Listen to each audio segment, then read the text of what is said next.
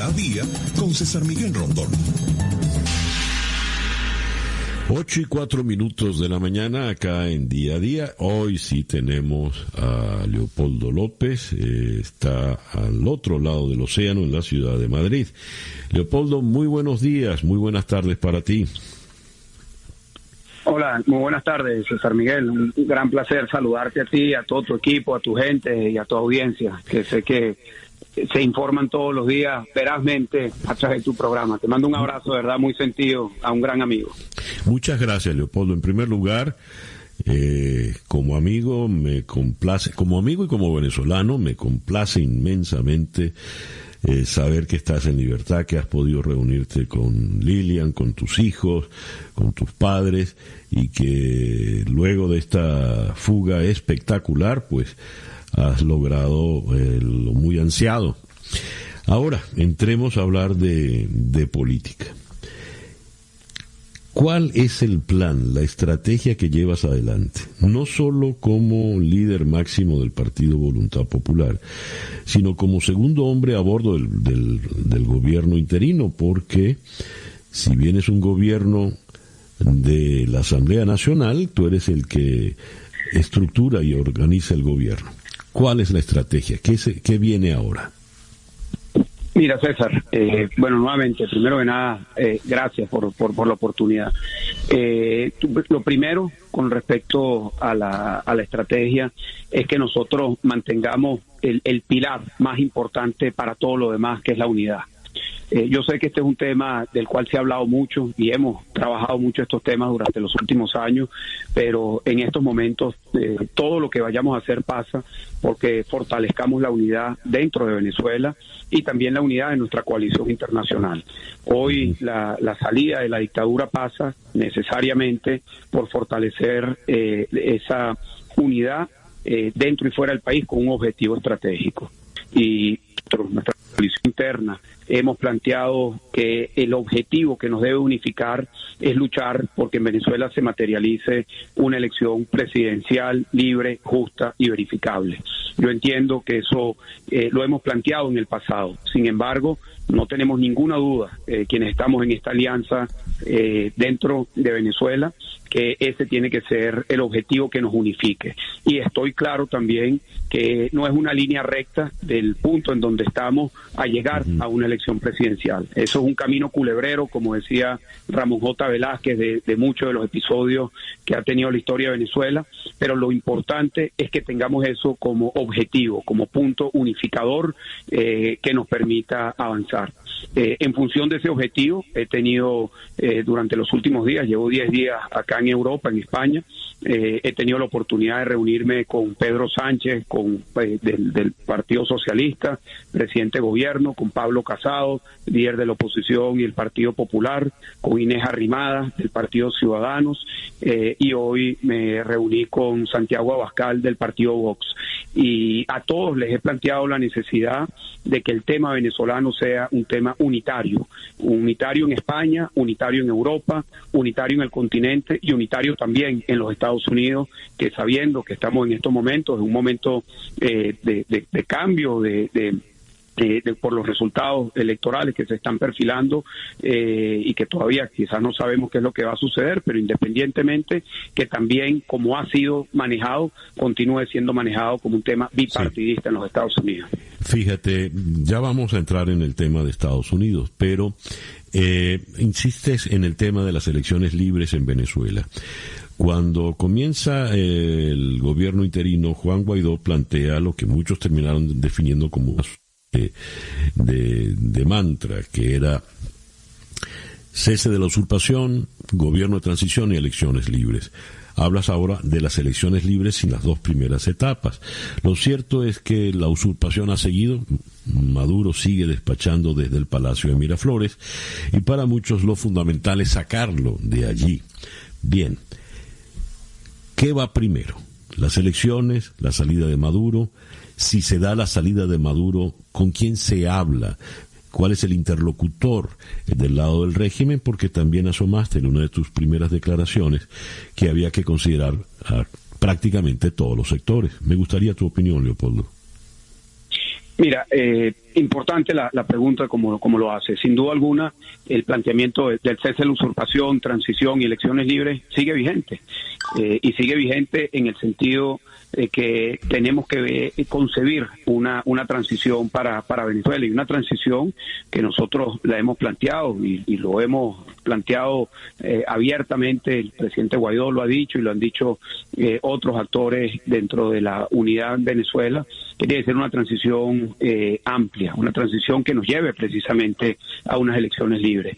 Pero cuando hablo de tener el objetivo claro en una elección presidencial, lo digo porque nos podemos perder en el camino. Y en los últimos meses tuvimos unos episodios en los cuales pudimos habernos perdido en el camino de una elección parlamentaria en los términos de la dictadura, que nada iba a cambiar la posibilidad de salir de la dictadura.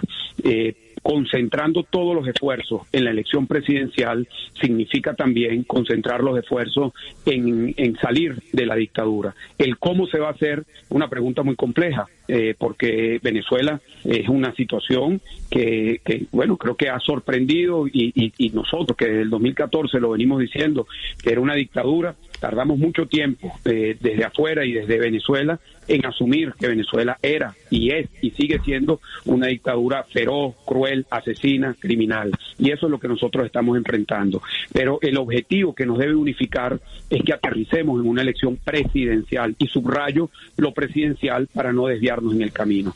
Yeah. Obviamente nosotros debemos de hacer los esfuerzos para que hagamos... que se pueda aislar al dictador, que se pueda seguir presionando al dictador Nicolás Maduro, que se puedan ejercer todas las presiones desde afuera y desde adentro para presionar a Nicolás Maduro, y lo personalizo en Nicolás Maduro conscientemente, porque el dictador es a quien nosotros en estos momentos debemos de focalizar nuestros esfuerzos para salir de él.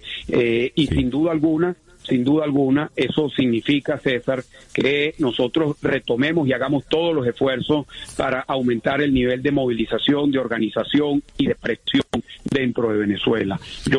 He creído siempre la protesta, y creo que nosotros debemos de volver a impulsar un ciclo de protestas en Venezuela.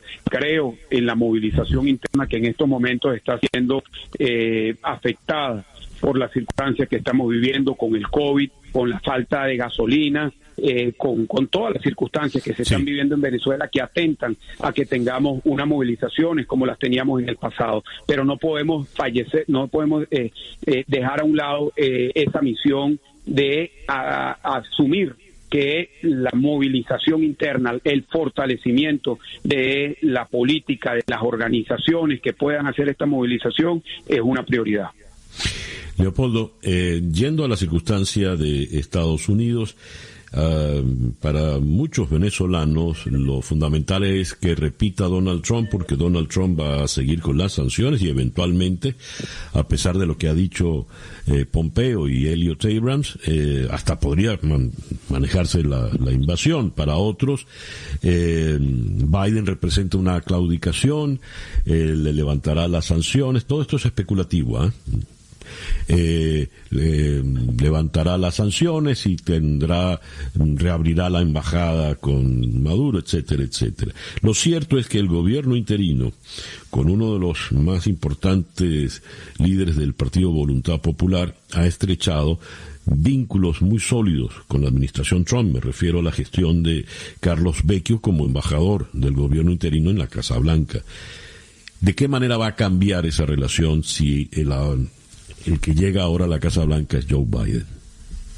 Sí, bueno, lo primero, César, es que el destino de quien vaya a presidir los Estados Unidos, bueno, como sabemos, está todavía en un proceso de conteo y de detalle, pero es una decisión del pueblo norteamericano.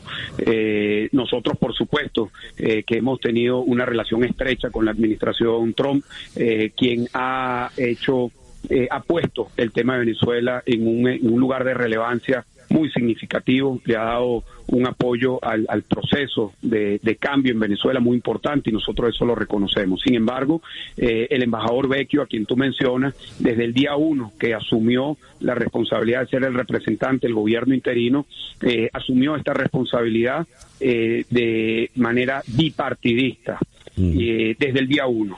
Y eso se materializó, se vio de manera clara y contundente en el mes de febrero, cuando Juan Guaidó estuvo en el Estado de la Unión, invitado por el presidente Trump, en un espacio en donde estaban los senadores y los congresantes republicanos y demócratas, y cuando se mencionó el caso de Venezuela y el presidente Guaidó, todos se pararon a aplaudir, no a Guaidó, sino a lo que significa Juan Guaidó como representante de la lucha por la libertad en Venezuela. Y yo estoy convencido que ese compromiso por la libertad en Venezuela, independientemente de quién gane las elecciones en los Estados Unidos, va a continuar. Entre otras cosas, porque Maduro es un criminal que ha sido señalado como criminal y como responsable de cometer crímenes de lesa humanidad, no por nosotros, quienes venimos diciéndolo desde hace muchos años, y algunos dijeron que nosotros estamos exagerando, sino ya lo ha dicho la ONU, el informe de Bachelet es claro, elocuente,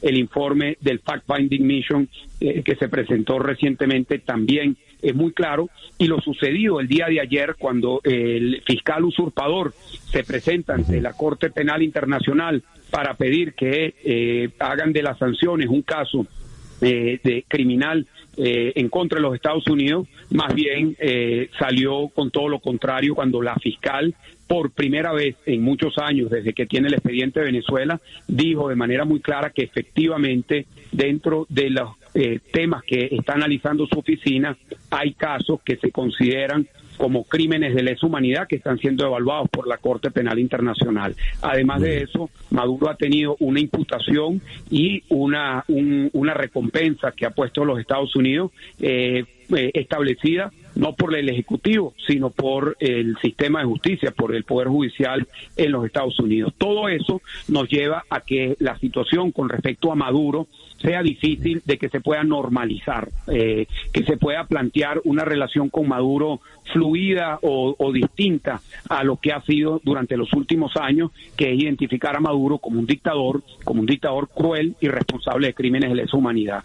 Sin duda alguna, cada administración tendrá sus matices y eso pues serán parte de los cambios que vendrán en el caso de que asuma Biden. Pero yo no tengo ninguna duda que la posición, por ejemplo, del senador Bob Menéndez, entre otros, que son demócratas, pero que han acompañado la causa de Venezuela durante muchos años, se mantenga y tenga una gran influencia. Yo no veo a la administración Biden teniendo una posición benevolente o flexible o laxa con Nicolás Maduro.